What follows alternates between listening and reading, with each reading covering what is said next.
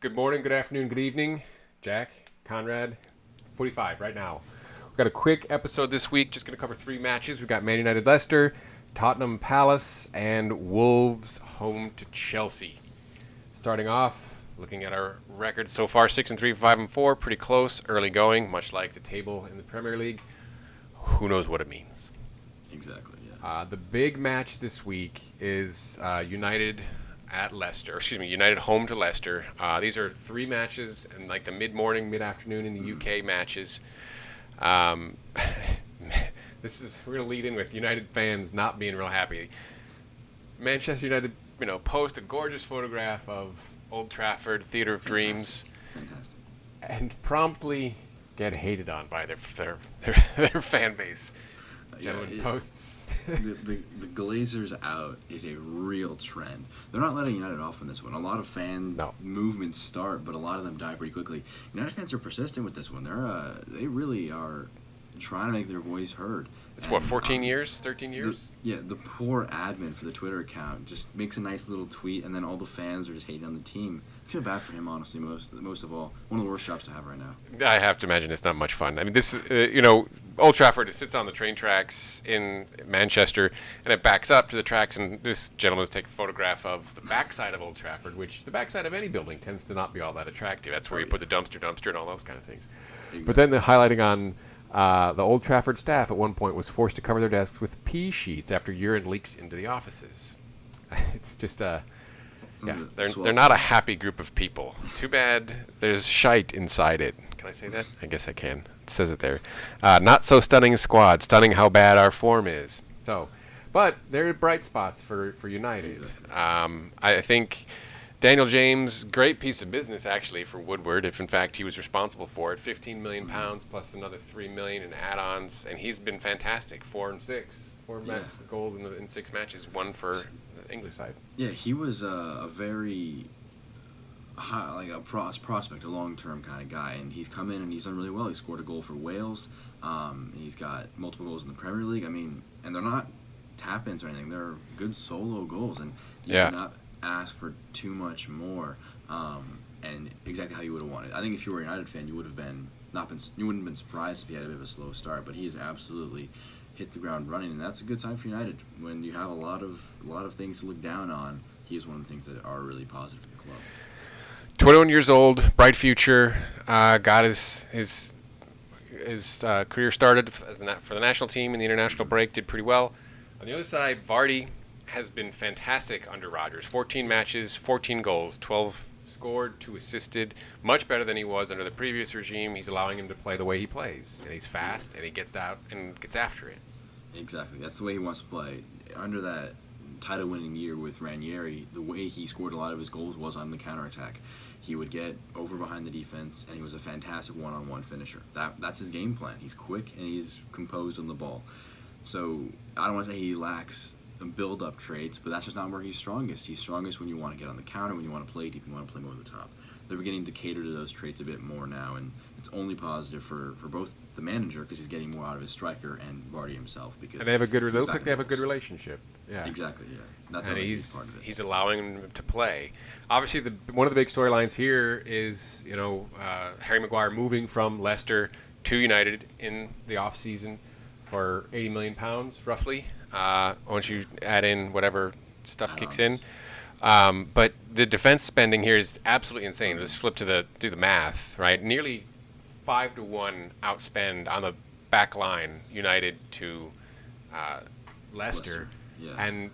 But Leicester have been playing better, right? Granted, we're small sample sizes, 4 matches, but conceding fewer goals, $42 million total bill on transfers versus $193 million. You got an academy player in Chilwell, left back. Yeah, that's just good tactics and good coaching. I think that the talent exists for United, and we mentioned it in a previous episode. Wan-Bissaka is constantly being left out of position and forced to make a lot of tackles. Maguire is positionally, he's all right. He's got to improve on that. Same with Lindelof, and Shaw has been all right as well. That's the best way to describe their back line. It's only been all right, and we look at that figure right there, just a hair under £200 million. You shouldn't be spending £200 million on all right. That's why the fans are really mad because the signings they're making have not pushed them over from the mediocre to the world-class They threat. haven't gotten them where they want to go. And they're stuck in between those, and they haven't pushed the needle enough to push through. And that's why we both have kind of a lot of pessimism for this result, even at home, where you usually expect them to be really dominant. Yeah, I've got it going to United. Look, they're going to be without Lingard potentially. He came back with illness. Pogba is questionable. Wan-Bissaka is questionable.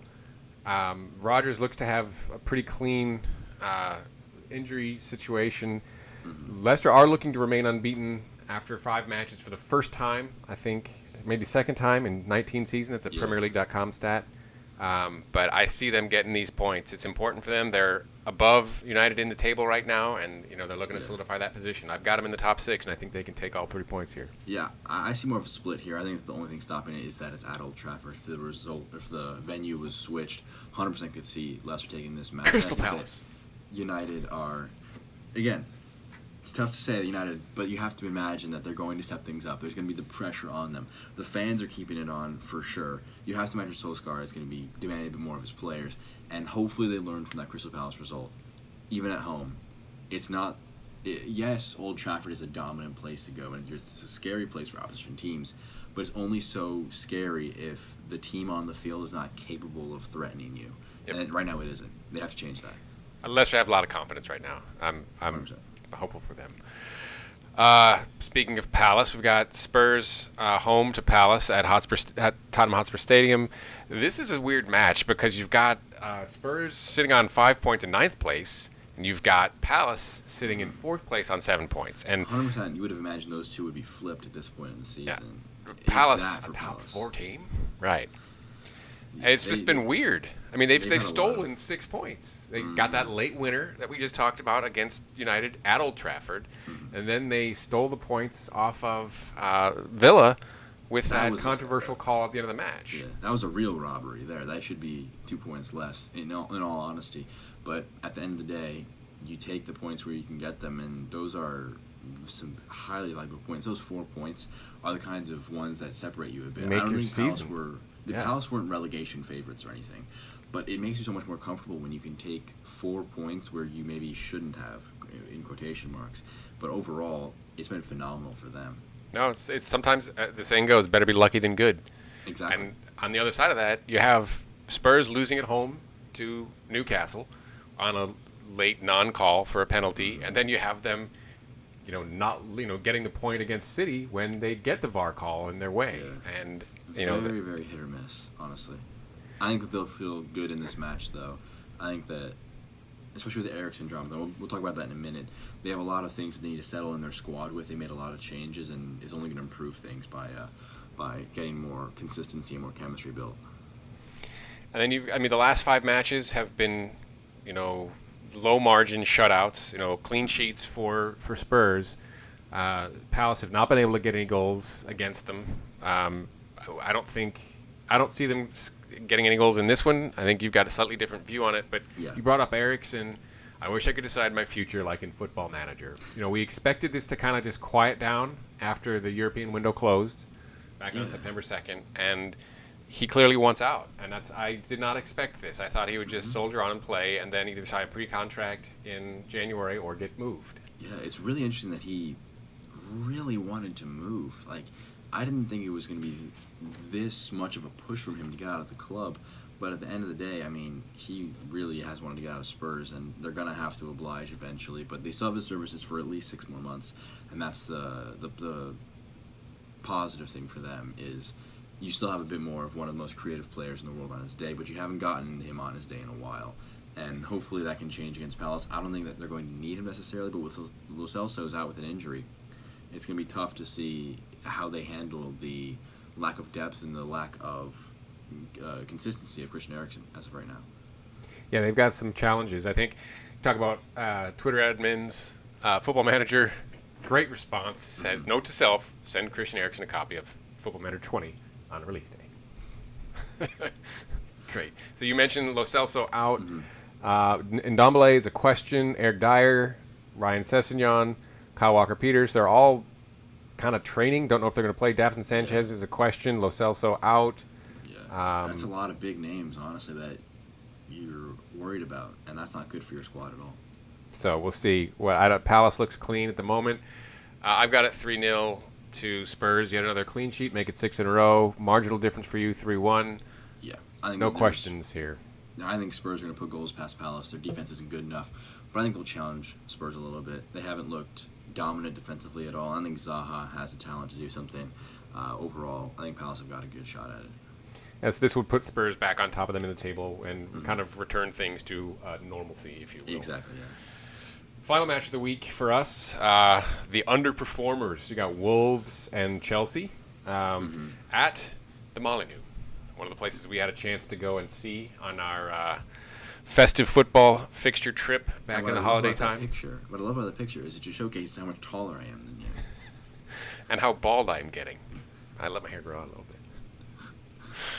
But it was cold and rainy. It was a great atmosphere. It was a Friday night. You know, teams don't like necessarily going to the Molineux. It is a loud stadium. It's just a fun place to be. We enjoyed it. It's a hostile place. But you take Chelsea going in there. This is insane. The amount of injuries that Lampard is trying to deal with right now. I mean, those are all first choice. Perhaps not Van Ginkel, but all first choice folks that he's without. Sounds like there's a shot that Rudiger may be able to play. Conte is a question, but they need help defensively. That's their biggest problem. That's almost all those guys are starters for you almost. I mean, Emerson probably your starting left back. Rudiger, you're probably your best center back. James, I think he's going to get a shot at right back. Conte, your best player. Loftus-Cheek, another one of your better players. Kovacic, probably maybe a bit behind Jorginho, but I think Conte, Jorginho, and Kovacic are your starting midfield trio. And then you obviously got Van Ginkel, who's the lone guy where you're like, okay, maybe he's not that important. But then you still have Callum Hudson-Odoi and Pedro. That's a crazy amount of talent that's just injured right now. We saw the same thing with Spurs just in the last team. A lot of teams are going through a lot of injury troubles right now. And Nothing it's like hampering that. their ability to be consistent. That's crazy. Yeah. I don't think anybody's dealing with that. Exactly, yeah. And only lone bright spot for them is they may get Rudiger and Conte back against But that means Wolves. that if without Emerson, guess who has to come in at left back? Alonso. Chelsea fans are not excited about seeing Alonso back in the starting. They are not at all. Starting 11. Exactly. We mentioned Rudiger and Conte both have a shot at it. This is from @theblues__. Them referencing goal. As far as Wolves go, they will be without Willy Bolly, who did get the 2 yellows in their last match, so that makes him unavailable.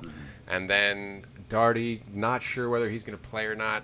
He's been dealing with a knee, did not go out on international duty, had some other surgery that he did that's non-football related. But I don't know whether it's unclear whether he's going to play or not. But otherwise, the Portugal players that got called up for the under 23s and under 21s, as well as the top team, did not play a lot, so they got a chance to rest. We know how crazy that last month was for them. So I look for Wolves to come out. This is a very vital 3 points for them. I've got them coming away with a 2-1 victory at home. You're on the other side. Yeah, I think that this is going to be Wolves. Yeah, they got a bit of rest, but they haven't had a ton of team training, so they're still on a bit of tired legs, a bit of inconsistent legs. I think that Chelsea are going to finally hit a bit of a groove. Tammy Abraham had a brace in their last match against Norwich. I look for him to be a big guy for them. Overall, I think that if Conte and Rudiger come back, I think this is going to be a very good result for them, and I'm mainly banking on them coming back for this result, because if you lose those two guys, then it's going to be an even tougher ask. I think it's a really almost a coin flip, I think. Not expect to draw, surprisingly, but I think it's going to be really, really hard-fought and close game at the Molineux.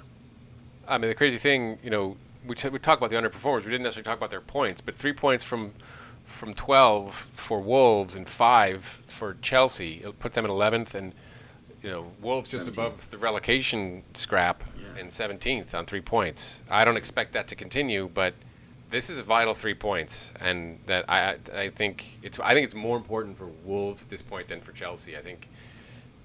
Actually, that's probably not true. Maybe that's not true. Just simply because of position in the table, but neither of these teams are playing where they need to be playing. See, both teams need it. I don't think one needs it more than the other, but both of them haven't had the start they want, and both of them want to get on a better track.